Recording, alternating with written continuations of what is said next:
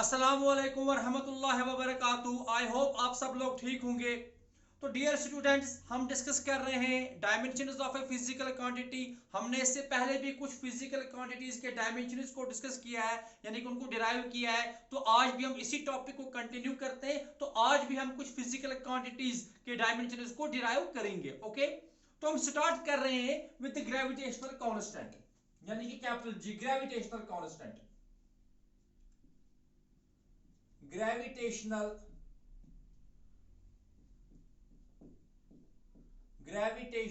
Constant.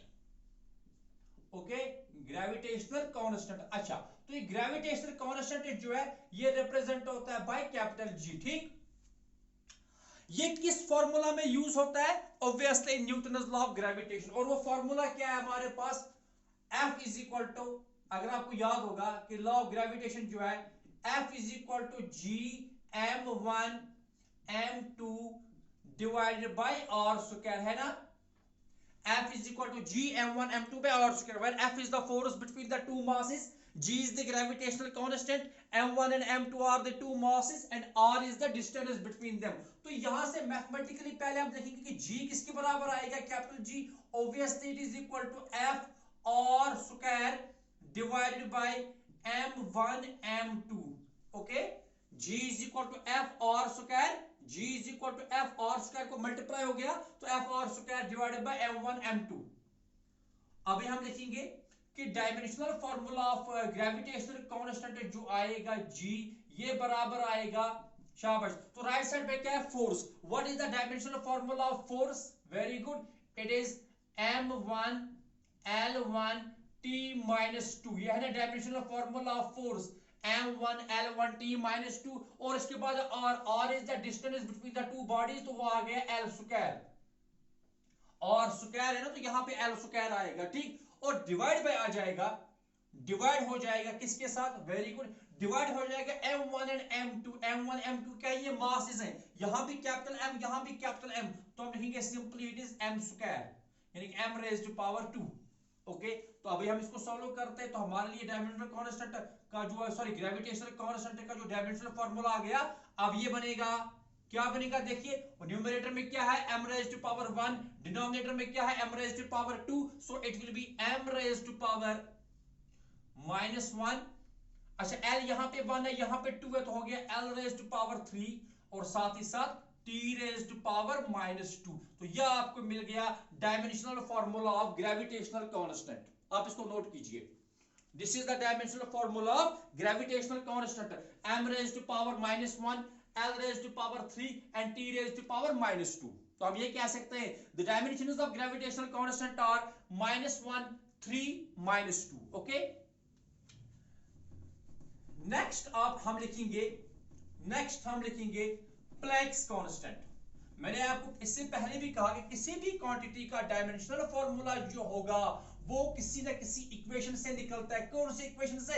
जहां पे वो यूज होगा, जो किसी फार्मूला में वो क्वांटिटी यूज हो रही है। तो प्लैंक्स कांस्टेंट जो है,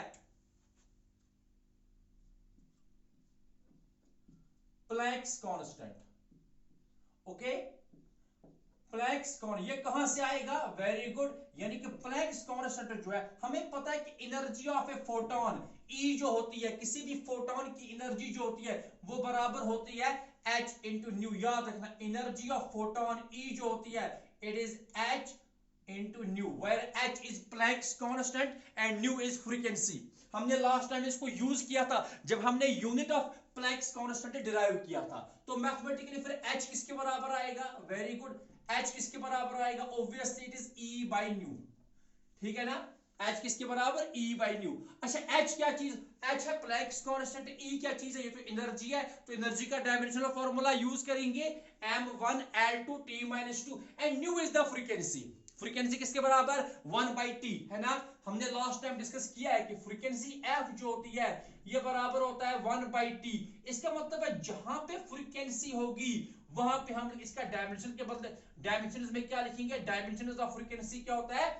t रेज़ टू पावर -1। तो इसलिए हम यहां पे लिख सकते हैं कि डायमेंशंस ऑफ प्लैंक्स कांस्टेंट, यानी कि h के जो डायमेंशंस आएंगे ये बराबर होंगे डायमेंशंस ऑफ एनर्जी। वो क्या है? m1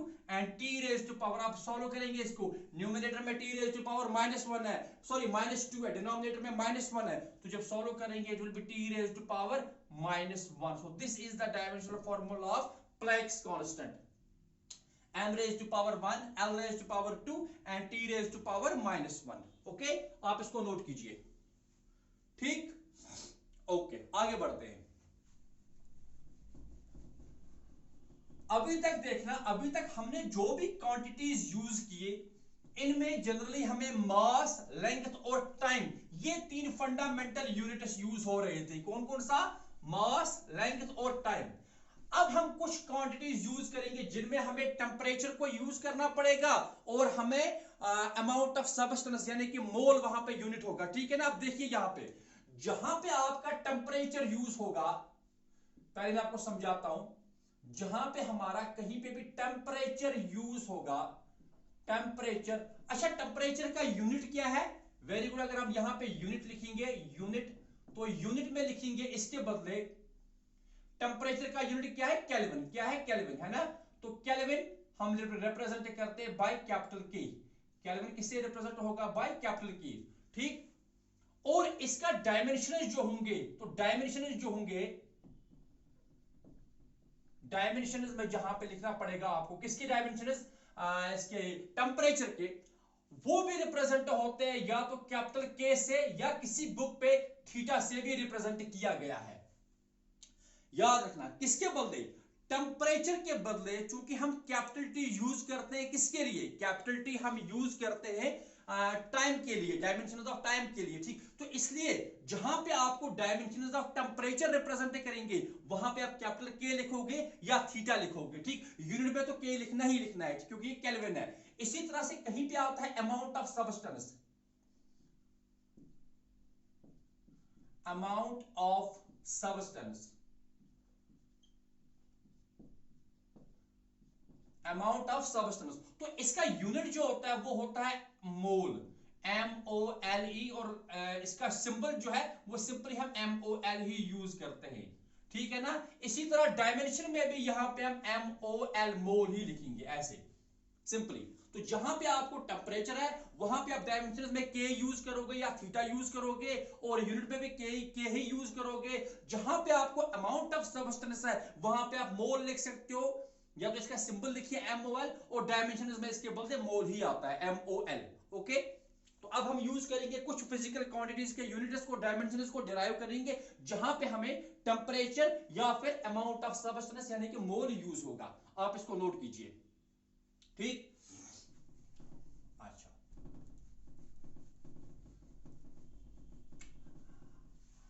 अब ये कांस्टेंट, एक और कांस्टेंट हमारे पास है जिसको हम कहते हैं Boltzmann constant.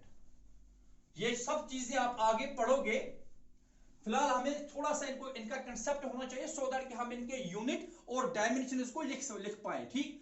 That is Boltzmann constant.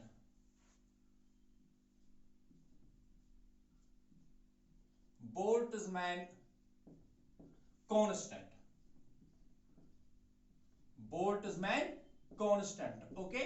तो जनरली इसको बहुत सी बुक्स पे ऐसे लिखा गया है के और साथ में बी, क्योंकि के से और भी चीजें रिप्रेजेंट होती है ना जैसे केल्विन वगैरह, तो इसलिए बेटर रहेगा के बी लिखना, बोल्ट्जमैन कांस्टेंट. अब हमें देखना है इस बोल्ट्जमैन कांस्टेंट का यूनिट और इसके डायमेंशंस क्या होंगे, लेकिन इससे पहले हमें फिर पता होना चाहिए कि ये बोल्ट्जमैन कांस्टेंट किस इक्वेशन या किस फार्मूला में यूज होती है. अब अकॉर्डिंग टू मैक्सवेल, देखिए गैस मॉलिक्यूल्स होते हैं वो मोशन में होते हैं. ठीक है ना. तो वहां पे एक टर्म डिफाइन की गई है डिग्रीज ऑफ फ्रीडम. तो अकॉर्डिंग टू मैक्सवेल की एनर्जी एसोसिएटेड, याद रखना, फिलहाल आप ये लिख कर रखोगे, according to Maxwell the energy associated with each degree of freedom जो होती है, it is half of Boltzmann constant यानी कि केबी इनटू द टेंपरेचर। ऐसे energy associated with 1 degree of freedom of a gas जो होती है it is half of K B into T. ये के बी एक ही टर्म है, ये अलग नहीं है, बी अलग नहीं है, ये के बी एक ही क्वांटिटी को रिप्रेजेंट करता है, that is the Boltzmann constant. And T यहां पे टाइम नहीं है, T is the temperature, T is the temperature. यहां से आपको मिलेगा unit and dimension of KB, that is the Boltzmann constant. अब देखिए 1/2 जो है ये एक नंबर है, मैंने कहा कि नंबर्स के ना तो यूनिट्स होते हैं ना तो डायमेंशंस होते हैं, तो जब हम इसको सॉल्व करेंगे यहां से तो आपको जो बोल्ट्जमैन कांस्टेंट है केबी ये किसके बराबर आएगा, obviously it is energy divided by temperature, है ना। केबी किसके बराबर है, ये टेंपरेचर यहां आके डिवाइड हो गया तो केबी किसके बराबर हो गया, एनर्जी डिवाइडेड बाय टेंपरेचर। अब जरा इसका यूनिट लिखेंगे, वेरी गुड। तो यूनिट क्या आएगा इसका, वेरी गुड, इसका यूनिट आएगा, यूनिट किसके बराबर आएगा, एनर्जी का यूनिट क्या होता है जूल, और टेंपरेचर का यूनिट क्या होता है केल्विन। तो हम लिखेंगे it is unit is joule पर केल्विन, है ना, जूल पर केल्विन, ये इसका यूनिट आ गया, जो हम सिंपली ऐसे पे लिख सकते हैं जे, फिर डालेंगे बीच में पर और यहां पे लिखेंगे केल्विन, जूल पर केल्विन, ये इसका यूनिट आ गया। अब अगर आपको इसका डायमेंशनल फार्मूला लिखना है, किसका, इसी बोल्ट्जमैन कांस्टेंट का डायमेंशनल फार्मूला लिखना है, तो हम लिख सकते हैं dimensional formula Boltzmann constant it is equal to dimensional formula of energy, very good, वो किसके बराबर है, वो बराबर है m raise to power 1 l raise to power 2 and t raise to power -2, और डिवाइड हो गया, ये तो एनर्जी का आ गया, और डिवाइड बाय टेंपरेचर। मैंने कहा टेंपरेचर के बदले जो डायमेंशन यूज होंगे वो आपको कैपिटल के लिख सकते हो आप, या आप थीटा लिख सकते हो, या आपकी अपनी मर्जी है। ओके, तो सॉल्व करेंगे तो हम लिख सकते हैं कि dimensional formula of Boltzmann constant जो हो गया ये बराबर आ गया m raise to power 1 l raise to power 2 t raise to power -2। अब ये k है, ये भी तो न्यूमरेटर में शिफ्ट करना है हमें, so it will be k raise to power -1। So ये आ गया आपको dimensional formula of Boltzmann constant. ठीक, यूनिट क्या आ गया, जूल पर केल्विन, और डायमेंशनल फार्मूला क्या हो गया, m raise to power 1 l raise to power 2 t raise to power -2, ये तो एनर्जी के लिए हो गया, और साथ ही साथ k रेज टू पावर -1 हो जाएगा। ठीक, आप इसको नोट कीजिए, प्लीज नोट इट, ठीक है, ओके। एक और टर्म है कांस्टेंट ऐसी हमारे पास है, उसको हम कहते हैं गैस कांस्टेंट। क्या कहते हैं, that is called gas constant. Very good, क्या कहते हैं उसको हम, गैस कांस्टेंट, शाबाश। तो gas constant,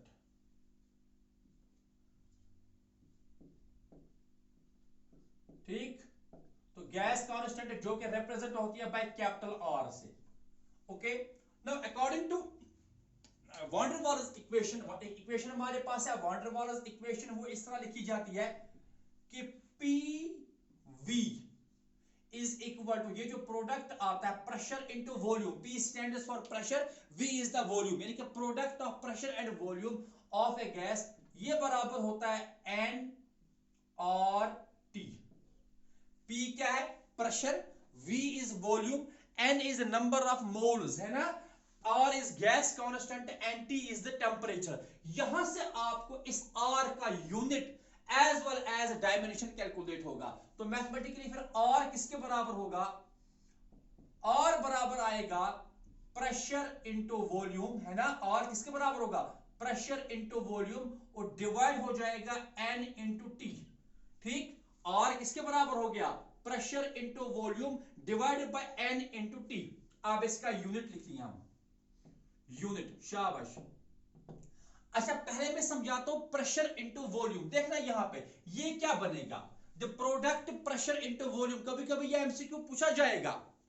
the product pressure into volume will represent, फिर 4 क्वांटिटीज होंगी आपके पास, ठीक है ना। तो मैं समझाता हूं, देखिए प्रेशर किसके बराबर होता है, प्रेशर बराबर होता है फोर्स बाय एरिया, है ना, फोर्स बाय एरिया, यानी कि ये बराबर हो सकता है एफ डिवाइड बाय एरिया का मतलब एल स्क्वायर है ना, लेंथ इनटू ब्रेड्थ हो गया एल स्क्वायर, और वॉल्यूम जो होता है वॉल्यूम का मतलब हो गया एल क्यूब, वॉल्यूम किसके बराबर एल क्यूब। तो अब जरा सॉल्व कीजिए फिर, प्रेशर इनटू वॉल्यूम वो क्या आ गया, वो बराबर आ गया F divided by L square और मल्टीप्लाई हो गया एल क्यूब के साथ, तो यहां पे स्क्वायर यहां का क्यूब कैंसिल, वहां क्या बच गया फोर्स इनटू लेंथ। फोर्स को जब हम लेंथ यानी कि डिस्प्लेसमेंट, तो फोर्स इनटू डिस्प्लेसमेंट क्या रिप्रेजेंट करता है, फोर्स इनटू डिस्प्लेसमेंट वर्क या एनर्जी रिप्रेजेंट करता है। सो प्रेशर इनटू वॉल्यूम जो है, ये जो क्वांटिटी बनेगी, या तो हम कह सकते हैं ये वर्क को रिप्रेजेंट करता है, या हम कह सकते हैं ये एनर्जी को रिप्रेजेंट करेगा, क्योंकि फोर्स इनटू डिस्टेंस ये तो वर्क है, तो यूनिट जो वर्क का है वही एनर्जी का भी है। ओके, तो जहां पे कहीं पे भी आपको प्रेशर इनटू वॉल्यूम आएगा, वो क्वांटिटी रिप्रेजेंट करेगी वर्क को। ओके, वर्क या एनर्जी, ठीक। तो इसलिए हम यहां पे लिख सकते हैं, आप इसको, ये मैंने आपको समझाने के लिए बोला, ठीक है ना, आप इसको लिख भी सकते हो, ठीक। अभी देखिए, तो जहां पे भी, हाँ, ये थर्मोडायनामिक्स में भी ये कंसेप्ट यूज होता है, PV graph, pressure volume graph, तो वो वर्क को रिप्रेजेंट करेगा। अब देखिए यूनिट, तो प्रेशर इनटू वॉल्यूम क्या होता है वर्क, और वर्क का यूनिट क्या होता है जूल, वर्क का यूनिट क्या होता है जूल, और डिवाइड हो जाएगा एन, एन क्या है नंबर ऑफ मोल्स, यानी कि ये मोल्स, तो यहां पे ये मोल को रिप्रेजेंट करेगा, और टी क्या है टेंपरेचर, तो टेंपरेचर केल्विन को रिप्रेजेंट करेगा, ठीक। तो हमें मिलेगा जो इसका यूनिट है, जो इसका यूनिट आ गया, तो यूनिट हमें मिल गया, देखना जो इसका यूनिट हमें मिला, यूनिट